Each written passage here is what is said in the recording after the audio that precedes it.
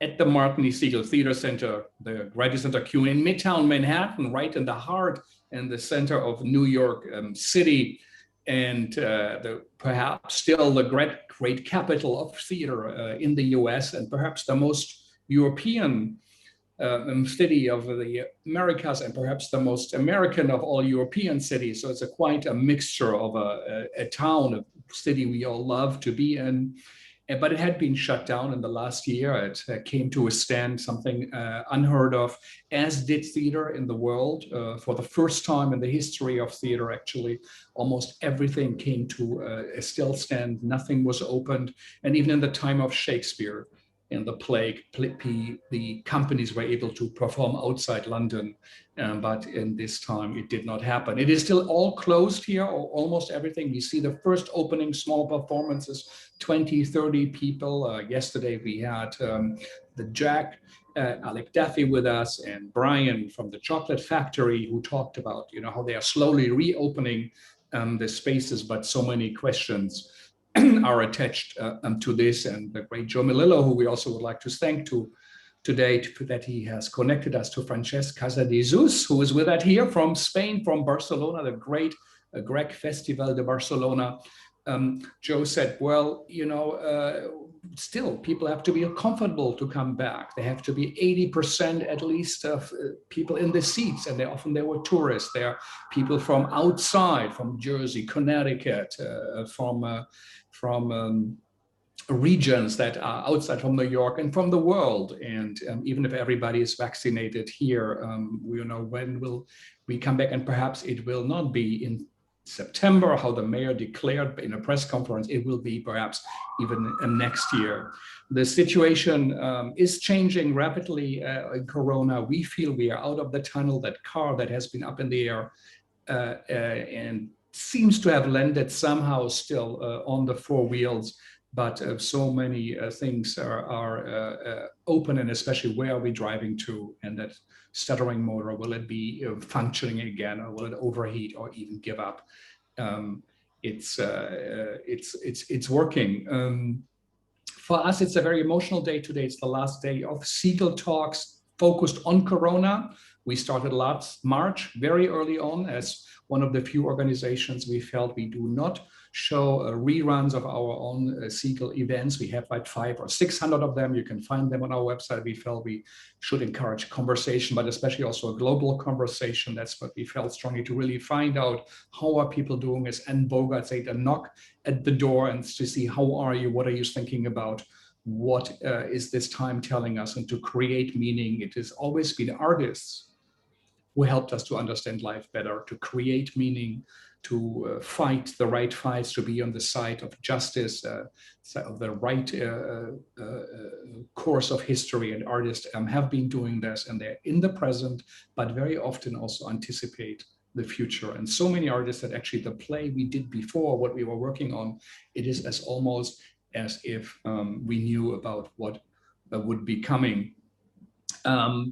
The situation today is encouraging. It's a beautiful summer day here in New York. People are happy outside in the parks, on the food markets. But in the world, still it's complex. Even so, Iceland completely removed all masks. In Israel, again, people are encouraged to put masks back on, which was a little lab experiment. Everybody get vaccinated so fast in complete exchange for data with Pfizer, and the Delta variant seems to be much, much stronger, and many young people have not been vaccinated. In Russia, it's a catastrophic situation. Also, visitors from the European Soccer Championship are coming back with Corona cases. In Brazil and Chile, it is still completely out of control. And the big question also is for us, what does it mean? Even if New York City, 70% are vaccinated, still 30% are not. These are 3 million people. Many more people than even they have died worldwide from the coronavirus, as we know. And the new Delta virus is so strong, especially for young people who have not been on the list yet. It doesn't care about age as much as the one before. So we are still worried about it.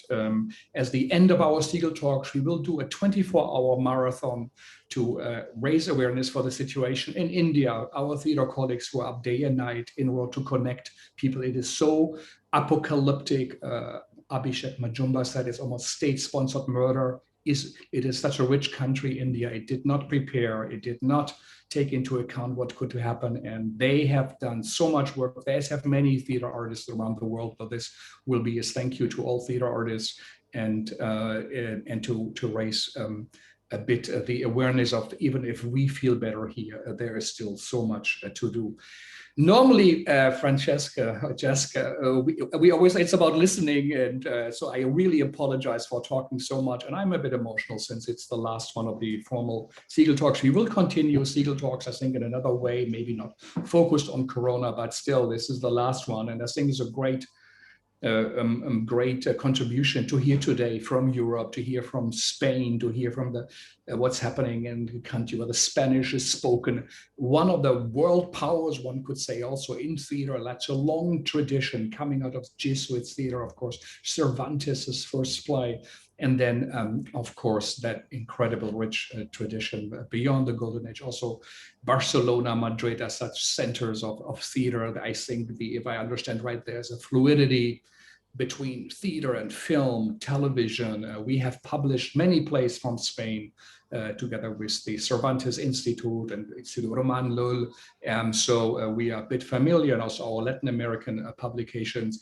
But if we are honest, we have to say we know very little what is really going on. There are not enough communication, there are not enough bridges, and we hope this will be one of them. So today, we have one of the great workers in the vineyard of Spanish theater, Francesc Casadesús, who runs the Grec Festival, or Grec Festival de Barcelona. We really honored to have you with us here, and you happen to be our last guest, so this is quite a significant statement also, I think, towards Spanish theater, Spanish language. For our viewers, tell me a little bit about Francesca in a moment, but first of all, where are you? What time is it? Are you at home? Are you in a hospital? Are you in a theater? What's going on? Where are you? Well, first of all, let me say hello to all my friends who I don't see since a very long time. I miss so much traveling around the world and meeting my colleagues, and hello to everyone, and thanks for organizing these theater commons where we can share our ideas, our hopes, our visions for the future. I'm right now at my office. I'm about to leave after this talk because I'm going to a general rehearsal. We're opening the festival tomorrow. My office is at the Ramblas in Barcelona, right at the heart of Barcelona, in a palace of the 17th century, and next to, for some of you who know Barcelona, La Boqueria Market. So that's where I am. Looking through the window, I see the Ramblas. Incredible, and they are so beautiful. They are so famous. If you ever make up your mind where to go in Europe, please do visit Barcelona. So that's incredible. I know you told us, Frank. Thanks for the invitation. I'm working so hard. They are opening tomorrow one of the major festivals in Europe. Tell us a little bit about your festival. Well, the festival I'm running now is the big festival of Barcelona. It's a festival that the name is a bit funny. It's called Greek Festival because the heart of the festival is a Greek theater, but it's a fake Greek theater. It was built in 1929, but it's a copy of Epidaurus. So it's like an outdoor round theater of more than 2,000 people that we use as the central venue for the festival. But we actually taking about 50 venues in the city. So we will present about 150 performances in 5 weeks. Incredible. So, and how old is the Greek theater, the structure itself? The structure is from 1929. It was built for a world exhibition that took place in Barcelona in 1929. So it was like in an area of town where there's other buildings, other theaters, palaces, and it's what we call the city of theater in Barcelona. There's several places, which means that for the festival we can walk from one venue to another and see several performances in the same day.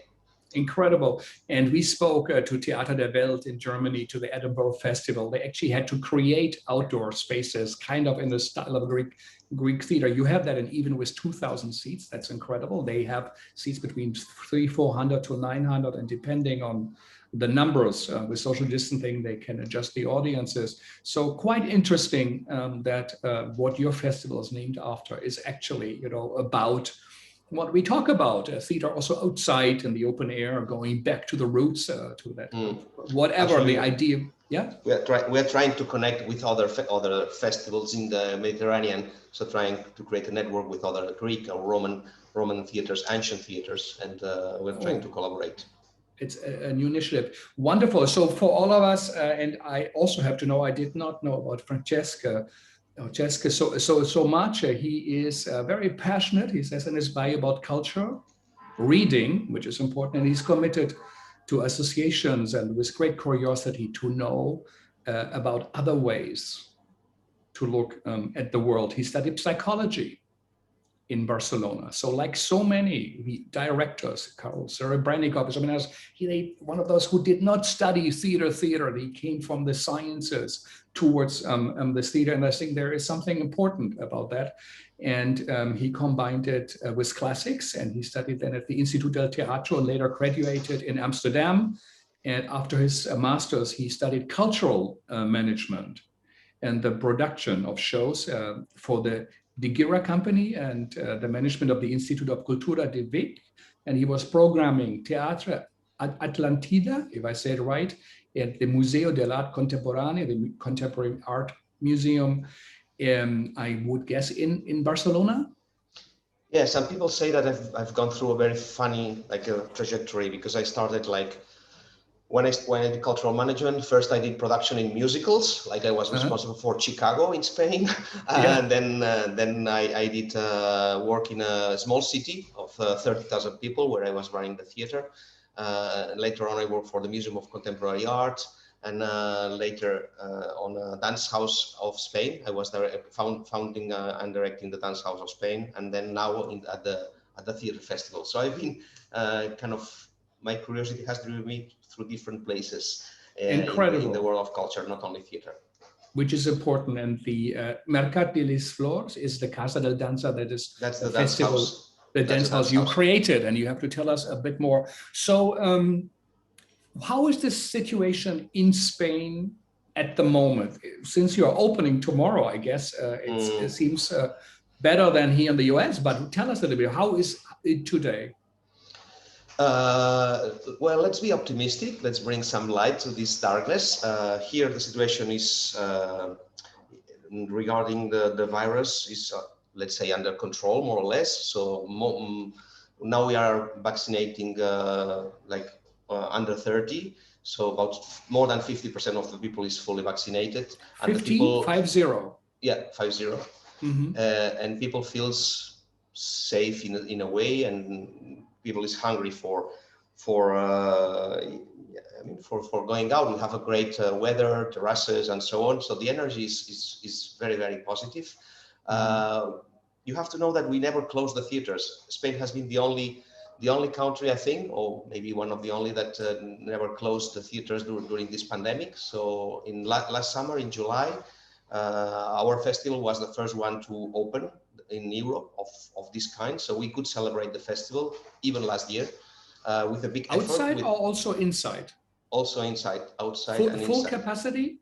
No, of course not. But with different kind of precautions and controls and so on. But nevertheless, we could make the festival. We opened last year the 1st of July with 30% of the capacity, but the festival happened. And after that, because we created all the protocols, these protocols have been shared with other festivals. There's been other festivals in Europe, but not of this kind. We presented about 50 or 60 performances last year with 30% of the audience, with new protocols. But nevertheless, the festival happened. It was very important. At a certain point in last July, middle of July, there was a moment where the number of cases was rising. So, and the people went out to the street to claim for culture. There was a big demonstration. People wanted the festival to continue. They were in front of the theater saying, "Open the theater, please. We need culture." And since then, the theaters have been open in Spain. So now we are Incredible. celebrating the festival this year again, of course. This year, instead of 30%, we will have 70% of the capacity. The masks will be not compulsory from tomorrow on in Spain, in the streets, but you have to wear the masks in the theater if you cannot keep a distance of 1.5 meters. But they are not compulsory. Tomorrow will be the last day officially if nothing happens. Incredible, good timing with your festival. So let me get that right. People went on the street with signs and went in front of us theater, said, we want culture, we need culture. Yes. And incredible. It's so different than from France, and what we heard, also a country with such a great tradition where alcohol stores were open and but you couldn't get into a bookstore, and all the theaters were closed. Meanwhile, churches, had no restrictions, and their singing took place. So the cultural sector was very upset, but I didn't hear of any demonstrations. So how many people were there? Were you part of that? Were they theater people, theater artists, or were they the people of Barcelona? It's hard to say, but I mean, as I said, we had a very strong movement here because, of course, we closed the theaters in March, April, May. We kept trying and changing and adapting and changing the program, and we were always positive that we would make the festival happen. We had different plans, A, B, C, like most of you, most of our colleagues were trying to save as much as possible. But there was a moment where we created a working group with the politicians, the people from the health department, the people from the private sector, the people from the public sector, and we all agreed on certain protocols to reopen the theaters. We did some tryouts, and in the 1st of July, we opened the theater. So everything was working fine. There were no cases. We could prove that the cases were not happening in the theaters with the masks, with so on and so on. But there was a moment around the 15th of July last year when, after 2 weeks of the festival, that the number of cases was rising. And then finally, the authorities decided, okay, we have to close the festival. And at that point, the people were going to the street, because you could see terraces were full, the beach was full of people. Why not in the theater, where you have your number, your seat, your mask, and everything? And thanks to the people, we could remain open. And as I said, I think that was the key, because in September the theaters were allowed to open again. There were only 2 weeks in November when we had to close again, but since then they have been open at 30% of the capacity, most of the year at 50%, and now since 1 month at 70%. Incredible. And is this the same true for Madrid or Sevilla or other cities, or is something special happening in Barcelona that people talk to each other? In Barcelona, we were like the first ones and the first festival of this kind, but there were other festivals in the summer last year, like the Merida Festival, like Teatros del Canal in Madrid. There were others, and basically they have been all of them open throughout the year, with some exceptions when the number of cases was rising in some parts or some town. But generally speaking, all the theaters have been open in all of Spain. Incredible. We are thinking in some way, and of course we are a splintered group, but hopefully we will get together. There has to be a festival also in New York City, the Avignon Festival, the Edinburgh Festival. So many are opened after World War II, after crisis, after people were starving also, to go out and see something like your protesters in Barcelona demanded. We hope we might get this done here. Tell us a bit, what does the festival mean for the city of Barcelona? Is that part of the identity? Is it how long has it been going on? What is working well? Well, some people are trying to compare festivals. Some people, I mean, we are playing or we are collaborating with all these festivals that you mentioned. We collaborate with Avignon, we collaborate with Edinburgh. They are festivals of the more or less the same size as we have. But I don't think we can compare. Festival has to be unique. The festival has to be something unique for a city, and has to be, my idea is, festival has to be part of a system of the the system of theater. Like, it doesn't, for me, it's very important to connect the festival, which is a moment of stress, a moment of brightness, a moment of excitement. It has to be connected with what is happening in the city the rest of the year. So festival has to have this moment of visibility for some of the artists that work throughout the year. It has to have a moment of stimulation, bringing new names, new ideas, new artists. It has to have a moment of sharing with communities. It has to have a moment of excitement, in a way of stress, but it has to be unique. So I don't know what kind of festival New York needs, because New York is a fantastic city. Of course, I'm not capable to define what is the moment of a festival, if New York needs a festival. But what is for me very important is that it belongs to the city. In my case, the project I'm trying to run as the Festival of Barcelona, it's a festival, it's now, this year is a 45th edition. I'm trying that it's unique to the city.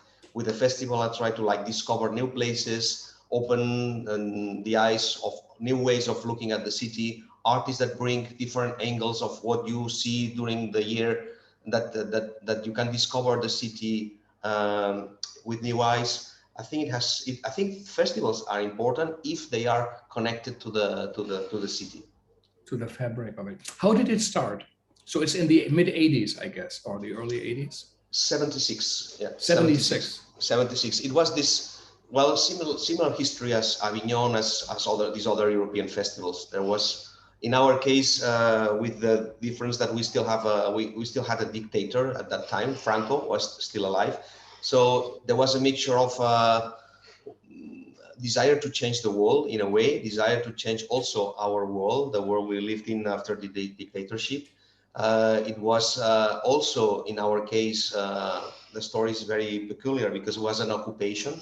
This theater already existed, but there was an occupation by some of the artists. They said, "Well, we need the Greek theater." Yeah, they took it over. They which jumped. theater? Sorry, which theater was occupied? The Greek theater. The outdoor, the 2,000 seat. It was a fence around it. It lay dormant for. They jumped over the fence. They occupied the theater, and they celebrate like a 4 days festival with all kinds of performances, music, celebration, and it was programmed by like a kind of association of artists that did the program of that first edition in 76. And so Franco was alive, or was he already, he had that moment of unconsciousness? How many years before was it? Franco died in 77. So it was 1 year before, but everything was like in a very, very, like there was hunger for democracy in Spain at the time, and in particular in Barcelona. Yeah, I remember I was in Barcelona and Madrid shortly also after that. And you took a subway, everybody was reading. Everybody had a book in their hands. I had never seen that in my life. And people, that's why the energy of the streets, That's why the festival is very, very connected with the people here. And that's why it's very important. Even it's a festival that most of the audience is local. When I look at the people, like 80%, 90% of the audience is from Barcelona. It's a very, very special thing to do in the summer night, go to this theater. It's like on top of the hill. So actually you see the sunset, the lights of the city shining. It's very, very, very beautiful, very special. So that everybody that lives in Barcelona loves this festival. That's, I think, why it's so important. I'm so honored to be now at the head of it. And how important also to keep it running and alive. What were if I may ask, what were the first performances? Were they music groups or Greek plays, or was it political agitprop? What was? In 76? Well, actually, I mean, on our website, there's the archive. You can see the whole program, like since 76 till up to now. It was a moment where there was like a lot of groups that were creating like in community. There was great painters. I don't know if I give you names if they tell anything to you or not, but there was a moment like a moment of creation in community, which was for me the base of some of the big companies that came out of Barcelona later on, like during the Olympic times, for example. Some of El Comedians, Favore del Baus, all these people I've seen, they were such strong. They were there. They were there in the 76, for example. Oh, one they of the were names there. that you mentioned. Yes. So that was in the mixture between cultural, like popular culture, popular music. Of course, there were like a big influence of folk music from the US, for example, like Woodstock concerts, this kind of energy. That was the beginning of our festival until now. Incredible. So when you took it over, what was your vision? What did you say? I think this is what we should bring in. How many years have you done it now? And when you took it over, what did you change? This will be starting tomorrow, my 5th edition of the festival. For me, I've been working on maybe like one idea. For me, it's very important is to promote creativity. Like I really care about creation and about talent. So I like to engage with local talent and help local talent to develop. And I really like the idea that festival connects with all citizens, not only the theater goers, but also the different people that lives in the city today. So I'm working that the festival is not like elitist in a way that embraces all types of people, all types of audience. At the same time, that I want to bring the highest quality artists that I can afford, especially new languages and especially new voices. So more or less these are, and it's not easy because it's not only the Grec Theatre. As I said, we're having about 45 different venues in the festival. I'm creating a fantastic project also with museums, which are now involved in the festival, which they were not before. So there was a lot of like participatory projects or installations in different museums in the city. So I want that the festival reflects Barcelona with the creativity of Barcelona, with the different kind of people that lives in it, and that brings new voices around the world that can help us change or be updated and hear the most advanced voices in the artistic world in the world. Yeah, incredible. We had, at our Segal Center, I think Benet Ijonet came and Jackie Bell and Kunier and many, and others. It's such a lively scene that somehow has never connected as strongly as perhaps as the French or the UK or theater to the US. What do you think makes it special? Why is Barcelona, at least to our eyes, we see more signals are coming from Barcelona than from Madrid? What is special in that city? For me, creativity. That's what I believe. Barcelona is creativity. Barcelona is a creative city, and it has no fear of the new. I think that's what has made Barcelona great, and it's always open to new voices. I think people are hungry for being stimulated with new ideas, new voices, mixtures. Here it's very easy to see an artist from one discipline that works with another from another discipline. Like as an example, for example, when I've been working a lot with flamenco and contemporary flamenco artists, they come to Barcelona to develop new ideas, which they cannot do in other parts of Spain. For me, this is an example. It's like a city that it's vibrant. There's a lot of energy. There's a lot of creativity, and people respect that, like that, and support it. I think that's how I like to see the city. Tell us about the 50 or 60 places. There cannot be 50. Are there 60 theaters really? Or do you have places that normally are not theaters you use for the festival? And tell us a bit about mixed stages and small stage. How are they constructed, those generally speaking, the festival has like different centers. There's one center where the Grec Theatre is, and there's like this 2,000 seats theater, but next to it, there's venues.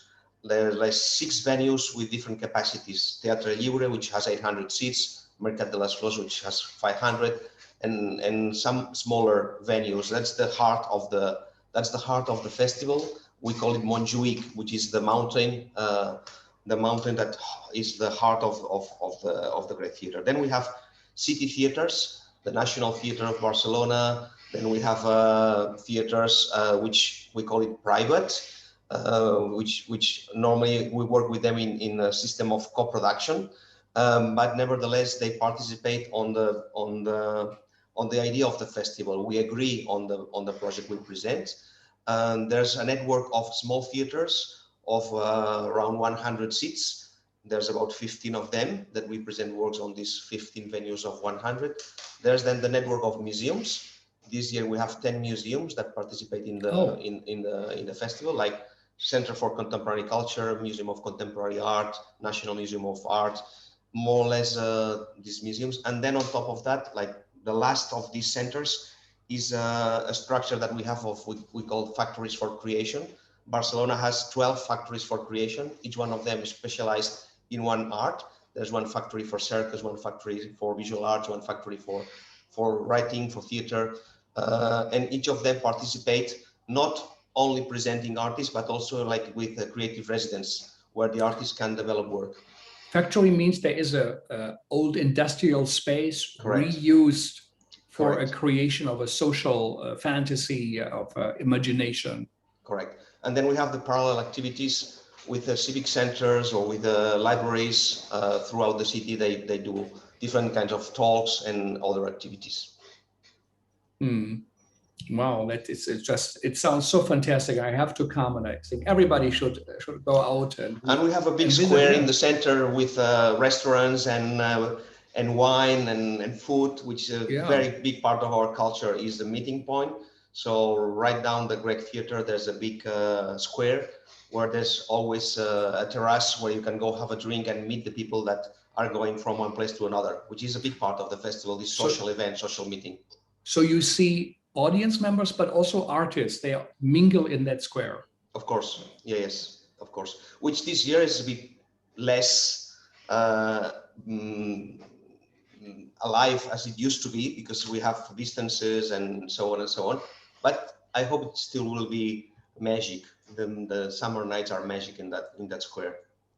Yeah, incredible. It's the celebration of life, of the truth, of art, but also of a city and a way to engage in life. And nothing against sports events. We also like them, but this is something that perhaps is better able to reflect the complexities of the world we live in, and what you also wrote in your bio, which I liked, right in the first sentence, how to look at this world in a new or different way, that your work is all about this, and this is what we have to do now.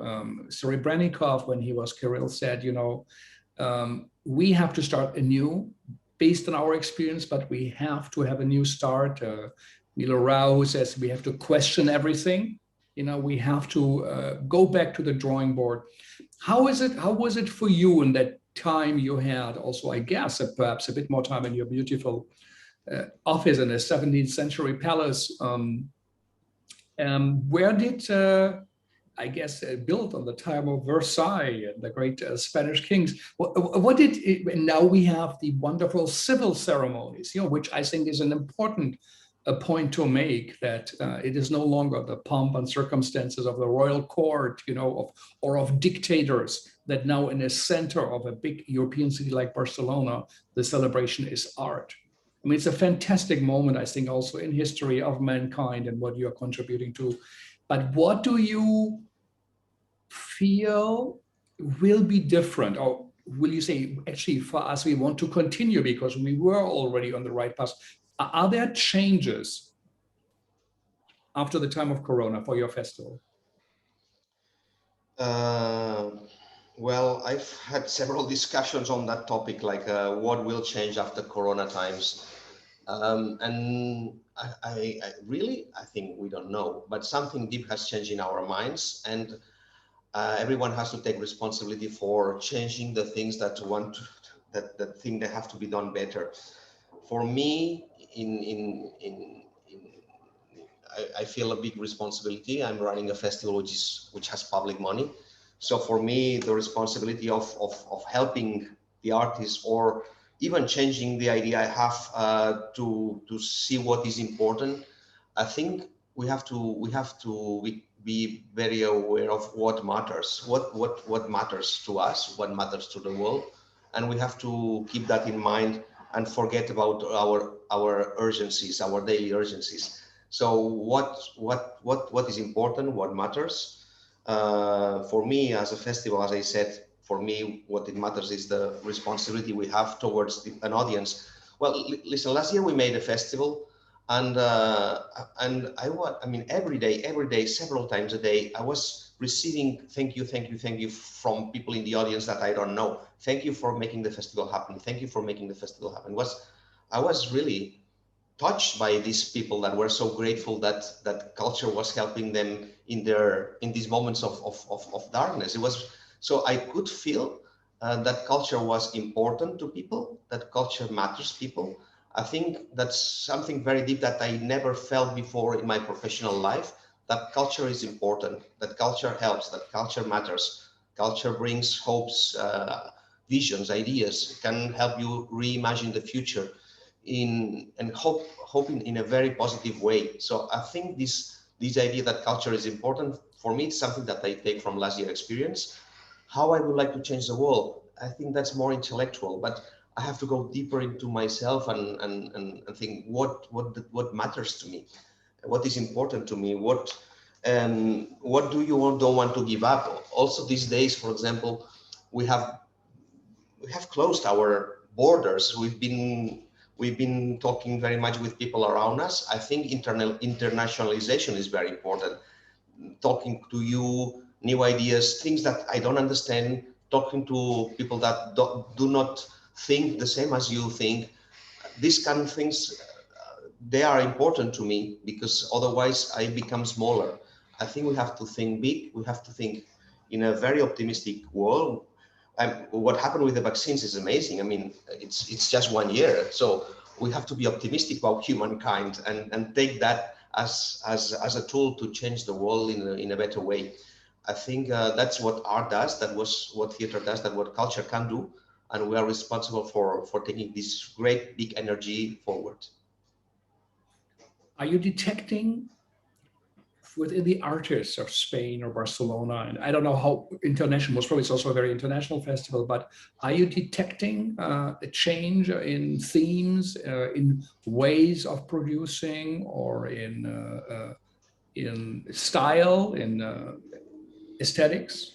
Are you noticing something? It's a bit too soon. Like, for example, last year, what I detected was a great energy. People really wanted to create, people really wanted to work.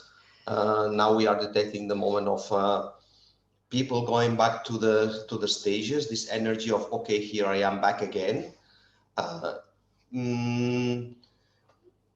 The quality of the performances that we presented last year was extraordinary. People went very, very deep into themselves, in the quality, in what they wanted to say. At this moment, I detect a very creative and positive energy. But I don't know, this also depends on other elements like conditions to create. I mean, it's a bit, I mean, it's not a very good situation for a lot of companies, artists that could not perform, that could not make their money. So there might be a moment of depression soon. There might be a moment of weakness for our cultural sector. That's why we have to fight harder than before, because culture is important and we have to fight for it. If the artists are going to change in what they want to say, I hope no. I think artists have to have the freedom to talk about everything. I mean, I don't want now next season all performances talking about Corona. I think artists have to be free to talk about what they want to talk and to have to be, I mean, open to any new ideas. We have to be, as directors, more aware of I mean, no issues like sustainability, future. I detect also, like with my colleagues in Europe, it's maybe a moment for sharing more than before. We have to forget about premieres or European premieres. We have to talk about collaboration networks, creating together, making the best for the artists and creating the best conditions to work. Mm. So in a way, global issues or whatever are perhaps a bit more like in the environment, global warming, and here in America, of course, racism. You know about Trayvon Martin is on the white supremacy, as it was being used now as a term, but we made us really think about more about what we do. Also, the capitalistic system, which is perhaps a bit more naked and cruel in the Americas than in Spain. So these are themes that seem to come up with more socially political engaged art here. I have topics every year in the festival because, as I said, I want the festival to talk about the issues that matter to people, that are important to the people in the society. And you can touch them in a very superficial way or in a deeper way. For example, this year, our festival this year is dedicated to Africa in a way. I mean, I created my project has been like a tour around the world. So I dedicated one festival to the Mediterranean, 1 year to the Silk Road, 1 year to the Anglo-Saxon world, collaborating with institutions like BAM in New York or like Melbourne Festival. Last year, the Latin America was in our focus, and this year, Africa. So the topic of Africa, of Black people, Black Lives Matter is very present because I put that on the table. Maybe it was not on the table before, but I put that on the table because it's a global issue. And this year, I'm looking very much at the Africa we can see in Barcelona. Barcelona is, I mean, we are not far from Africa, actually. Morocco is around the corner. It's half an hour or 1 hour flight from here. So we receive a lot of people from Africa, from Northern Africa. It's a big topic, it's a big issue. And that's our opening tomorrow. For the first time, I put on stage actors from like Arab countries, talking about their stories, about their lives, about their trip between Morocco and Spain, this crossing the fences of Europe. And I think this is important for us to talk about because we want to do things in a different way. Maybe tell us a little bit. I mean, it's an idea. It's easy to say, you know, also fun to say, yes. But you are someone who then has to put it into a reality on the stages. How did you proceed? Did you select companies? You invited people? How is it going to look like? Is it in the factories, exchange of ideas? Will the public places, or do you produce plays, dance? Tell us a bit. How did you, how would one say, you implement that? How did you do it? Creating a festival is a long process of listening, which it's not like going to the supermarket and shopping, and it's different. Of course, you can create a festival putting one performance after the other, but for me it's much deeper than that. Of course, you want to have like names that need to be seen, that you think need to be seen, because you have to imagine also what is important, what can change people's minds. But it's not like a shopping basket. In our case, for example, this year that I wanted to put Africa in focus, if I bring only artists from Africa like that, it's not enough. For me, it was a need to look at the Africa that we have in Barcelona, to talk to the different artists from African roots that live here, to talk to them, to listen to them, to see what is important to them, to look at the artists that work locally, and to see or to imagine what was the needs, what needed to be changed. In this case, this year in particular, because Africa is also a big continent and it's not so easy also to bring artists from Africa, especially this year. We do have some, but it's not easy. What we are doing is a lot of workshops. We are bringing artists that are creating in Barcelona with artists from Barcelona, and we're trying to have them for a longer period of time and create deeper connections with the city and with the artists from the city or with the citizens. So that's been in my mind. Like, I cannot do a festival dedicated to Africa and just bringing people with an airplane and leaving the city. So I'm trying to have them for a longer period of time. I'm trying to create connections with local artists and trying to create workshops and develop some different types of relations, I would say. At the same time, I'm trying to embrace local artists that have these roots and put them in the program, maybe at a different level. Then maybe you create like the main platform of the festival, but you also create other platforms where these artists can be seen, can have their voice and their space in the big frame of the festival. So it's a bit of a combination of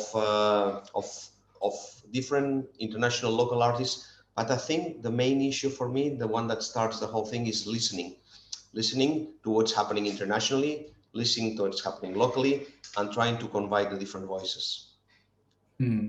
I don't know if I'm clear enough. No, that's important. I think also to say, it's no longer the kind of ghetto tourism in a way, what we criticize in the tourism industry. You fly into a resort, and then you fly out, but you haven't seen anything of the country. On the contrary, cliches have been reinforced. And I think now we also see that here to the demand, say maybe artists should stay longer, maybe they should engage, but you are already doing that. And then you share an end of a workshop, like people are invited, or do they present a dance, a music, a concert that you have commissioned, or is it on a process workshop level? Well, I have to give you different examples because it's very different. But for tell example, us. That would be also I'm names, waiting now for a phone call. I'm waiting for a company from Mali, Toyota Kali, who were with Kronos Quartet. They did a couple of CDs with Kronos Quartet, and they are flying from Mali to Barcelona. They will stay here for a couple of weeks.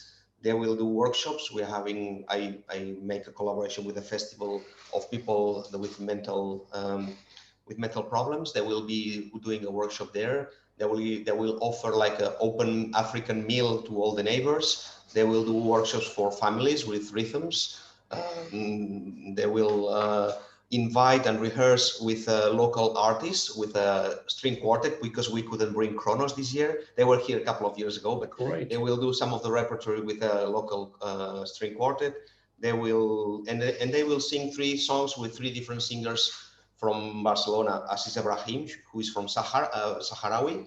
There is Nakani Kante from Guinea, and some other musicians. So in total, this will be our program, our music program, Toyota Kali, string quartet, and local musicians with African roots. That's an example, and they will be here for 1.5 weeks, almost 2 weeks, and then they will continue their European tour. For example, we have also Kudus Onikeku, who is from Lagos. I think he's now actually working in Chicago.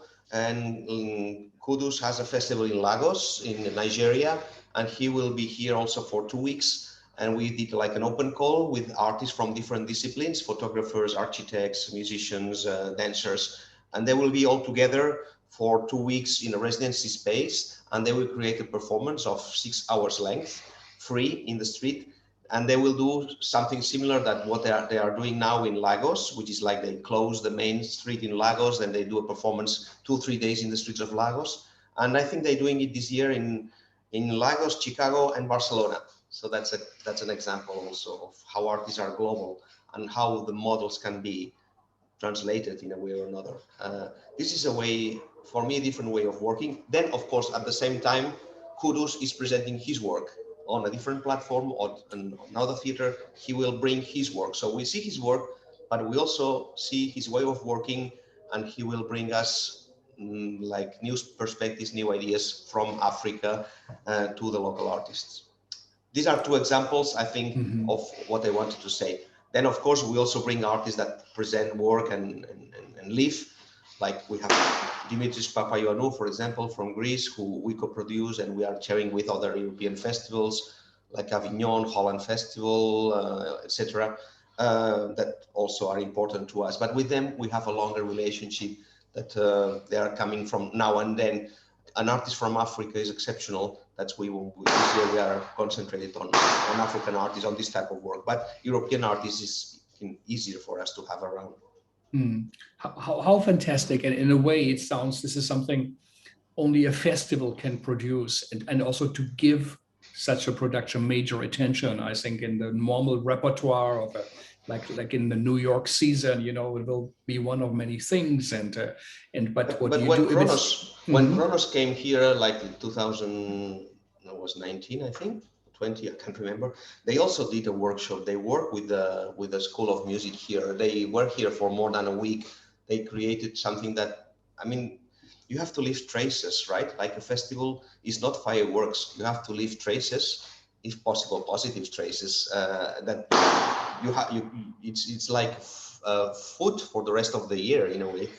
Yeah, incredible. And then also in that neighborhood, people who saw the production, you said so many actually are from Barcelona, of the audience, they see each other all year, they come back, they meet families in and they go shop or teach students, teachers. What a great contribution, to create a moment that people experience together and create, in a way, a history, and also then an identity, because they say, well, it happened, on that street, in that theater, and I was there, so the city is part of me.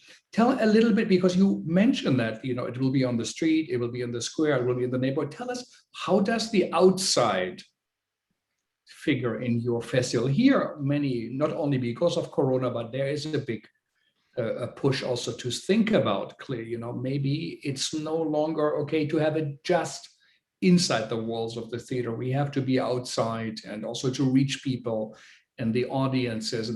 We had two curators from Berlin in the time of Corona. They created balcony. This was called the balconies, die Balkone, where artists created work on their balconies with music, installations, art pieces. Over a weekend, people walked around in their masks, put these things.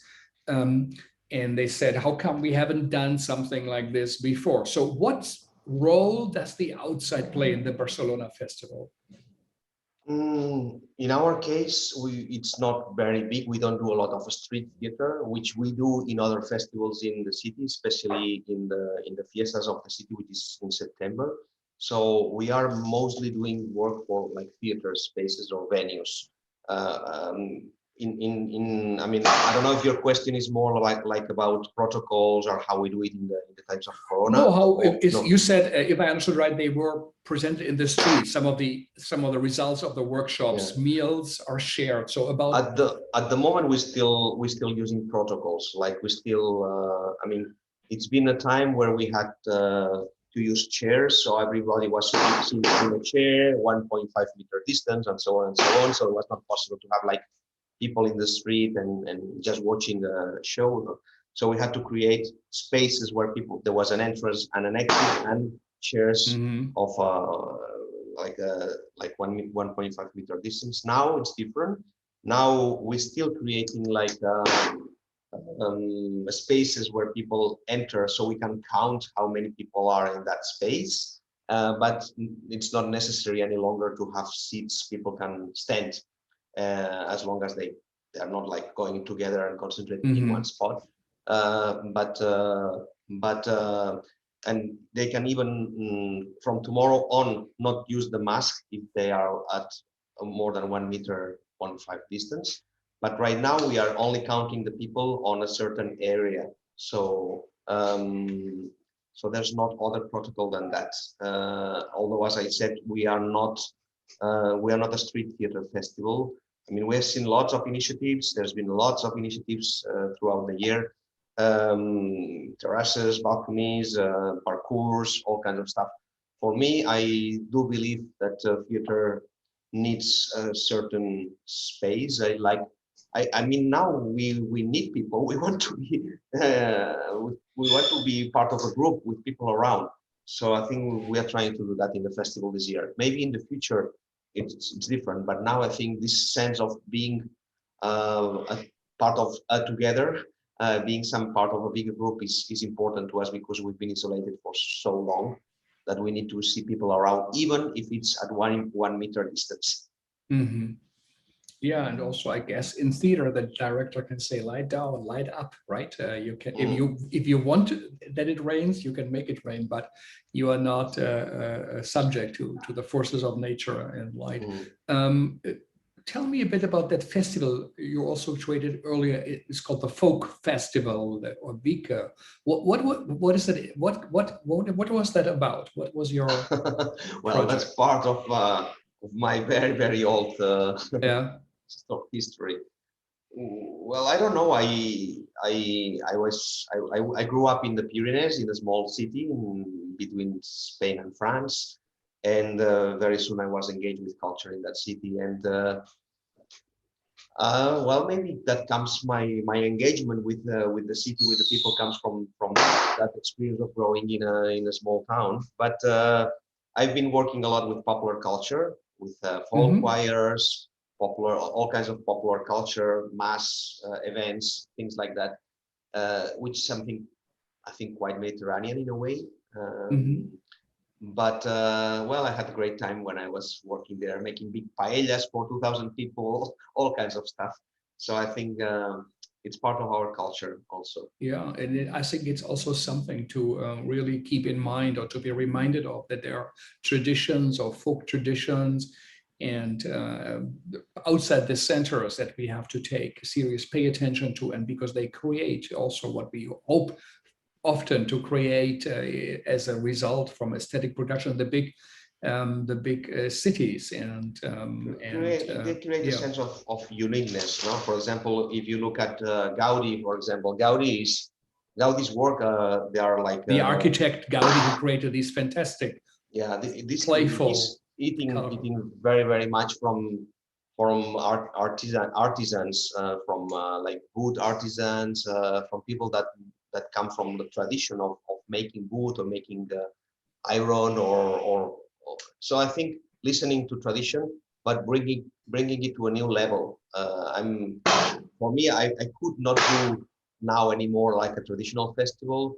I'm more like, I think contemporary arts are needed to move forward, but never forget about where you come from. This is one phrase that was that Peter Brook told me once. We were having a dinner a few years ago, and Peter Brook told me that never forget your roots.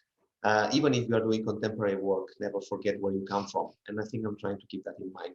And actually, Peter Brook is coming here next week. We're hosting him. We're hosting him. We are presenting his latest work, The Tempest. And a 96-year-old, and he's coming here next week. So it's incredible, an honor. Fantastic. And also his daughter is now a successful, important director. What a great family. What inspires you? I mean, not only in that time of Corona, but as a festival director, as a curator, what do you look for inspirations? What work of colleagues, curated by festivals, but also music, books, film, or where do you get your inspiration to see things different? I would say conversations and talks and talks to different type of people. I like very much to listen, to talk to people. When I go to a like a platform or event or a festival, I'm looking for three things. I mean, one thing very important to me is like discover an artist that I've never heard about, and it's like a voice that, wow, you think there's something there. I looking for a good conversation with intelligent people, intelligent person, and a good meal. I think these three moments of these are my three moments of inspiration: a good meal, a good conversation, and an artist that surprises me. Well, this is quite. It sounds so simple, but still, not so easy to get together. And will you stay with the festival for the next 5 years? Do you have other plans, or for the next year? What's on your mind? Well, always one wave ahead. I know you're surfing the one. I'm starting right now. Tomorrow. I'm starting tomorrow. But like everyone looks ahead already. So what's on your head? What's on your mind? Right now, I mean, because I was selected through an open call on a 5 years project that has been prolonged for now 2 years more. So I will be doing the festival 22, 23, maybe 24. And now there's going to be elections in the city, and we'll see, because I depend also on the mayor of Barcelona, which is Ada Colau, you heard of. I mean, she was very, very supportive last year. And I mean, she's really supportive. She was very important. She was brave enough to say go ahead with the festival last year. Incredible decision, yeah.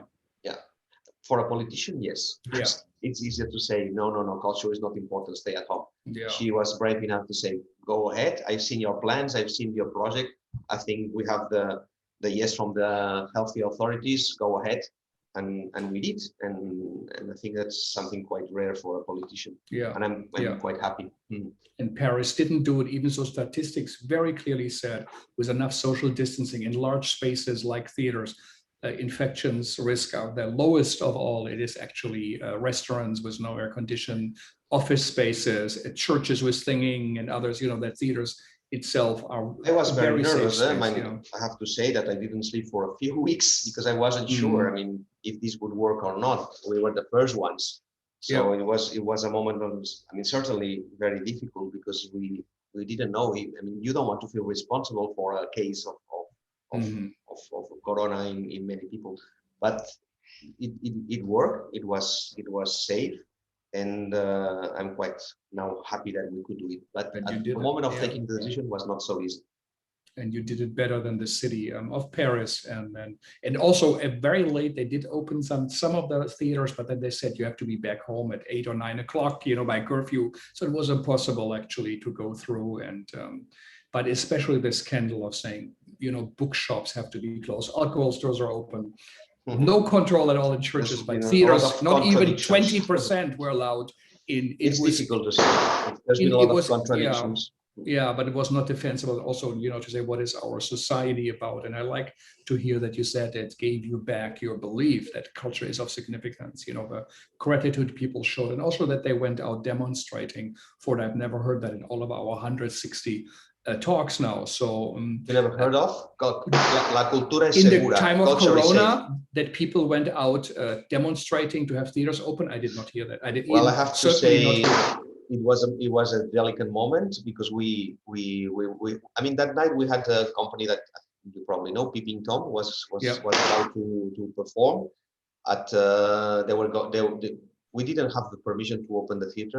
It was 7 o'clock. We didn't have the permission. It was 8 o'clock. We didn't have the permission. I told them, be ready, because we're going to do it. And at 8 o'clock, people started gathering in front of the theater saying, we want to enter. And we let people in. And then we got the permission at, after 10, but we started the show it was very, very special because all the shows last year started with an applause. Before the show, there was an applause before the show. Every night, people were like doing an applause for like, yes, here we are. Culture is happening. Festival is happening. It was amazing. Well, this is, as you said in the very beginning, these are some good news, some optimistic news, and not only that you created something in Barcelona and you helped to keep it alive, and in an important moment that really contributes, to the experience of being human on planet Earth. One of the great things actually you can see, and the experience with your eyes, and you see moments on stage and something developing. Tania Bruguera, the great Cuban artist, said, I did so many installations, or people come look for a moment, and then they go to the next gallery things. But in the theater, people sit down for 2 hours to watch a play they already know. And they're interested in it. What are the choices? How did they do it? What's different?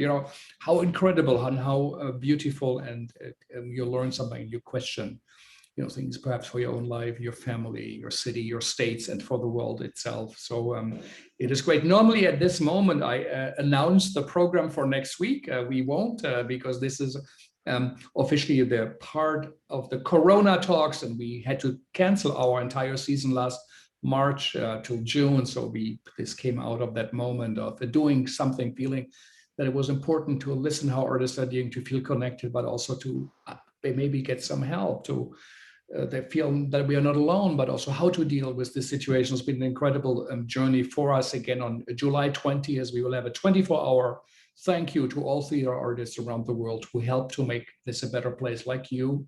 I hope you will join us with some readings for our Indian colleague. You made a difference in your town and to the life of so many, and had to make courageous choices and stand up for something. So it's a big inspirational a moment, I think, for all of us, and also shows that things will go on. The big question is, how will it go on? Yesterday, Alec Duffy and Brian here said, the city should invest like in small startups, give $50,000 to perhaps your community from Africa and say, then start a theater. Let's run it for 3 years and see, rent at least a space, see what comes out. Perhaps have, very small groups do something on the big stages.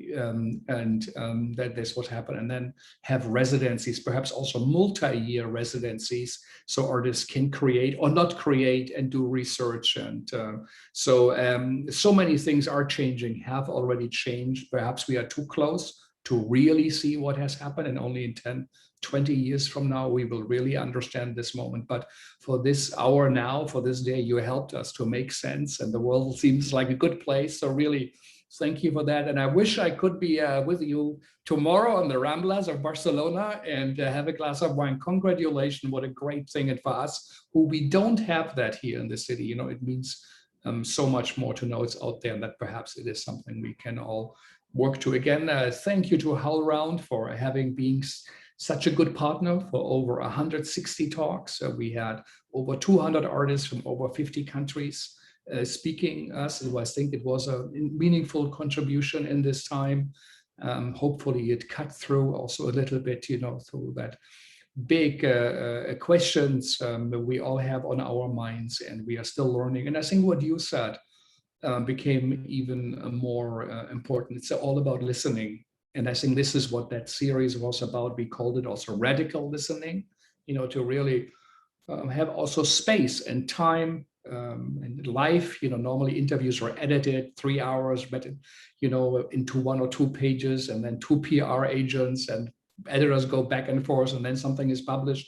This was a very honest, open series, and perhaps different because of it. And people performed in a way themselves and showed where they are very honest. It's been a tremendous privilege for us, and we will actually continue this. This radically changed the work and the mission also of us, the Segal Center, and we will continue the Segal talk, but no longer just on Corona, but perhaps with themes, so we stay connected with the global world, and we don't have to fly someone in. I mean, when Sergei came in, we have to say he has to come, but this is the time, and can you be here? We did the reading, you know, but now we understand maybe we could have also had him on the phone and put that money towards a small production. Who knows, you know? So a lot of things will be different. So we would like to thank all the artists involved, all the curators, all the thinkers and academics who participate with us, and especially our listeners for being such a loyal crowd. We got also a lot of mails how important that series has been. It's something between 60 and 100,000 people, we think,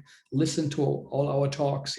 One time, even for the first, we had 5,000-6,000 people listening. Incredible numbers for a small center where we normally have 60, 70 people. If the house is full, and we were praying for it when we had discussions. So something has happened, and it has been very meaningful for us. And I hope it also gave an inspiration to everybody who listened, and to HowlRound again for hosting us, Vijay and Thea and Andy Lerner here from the Segal Center. So it's been a great privilege. So I would like to thank everybody. I hope you can join us on July 20th. We're going to do a 24-hour closing day of the Segal Talks, celebrating the work of all theater artists around the globe who made a difference, but especially also raising awareness of what's happening in India, where our theater colleagues are in the most apocalyptic moments of their lives and of the state. Right now, they are fighting for their lives, and what they do is truly exceptional and heroic. So thank you so much. And I can't believe that you took the time out a day before the opening, but I think it's a great end note for us. We're lucky we didn't get the call, even so you would have had permission to call to Martin with your artist from Mali, and we could have listened in. And so really, thank you so much, and all the best for the festival. And I hope we will have also connections here to New York. Bye-bye, and thank you to everybody. Thank you.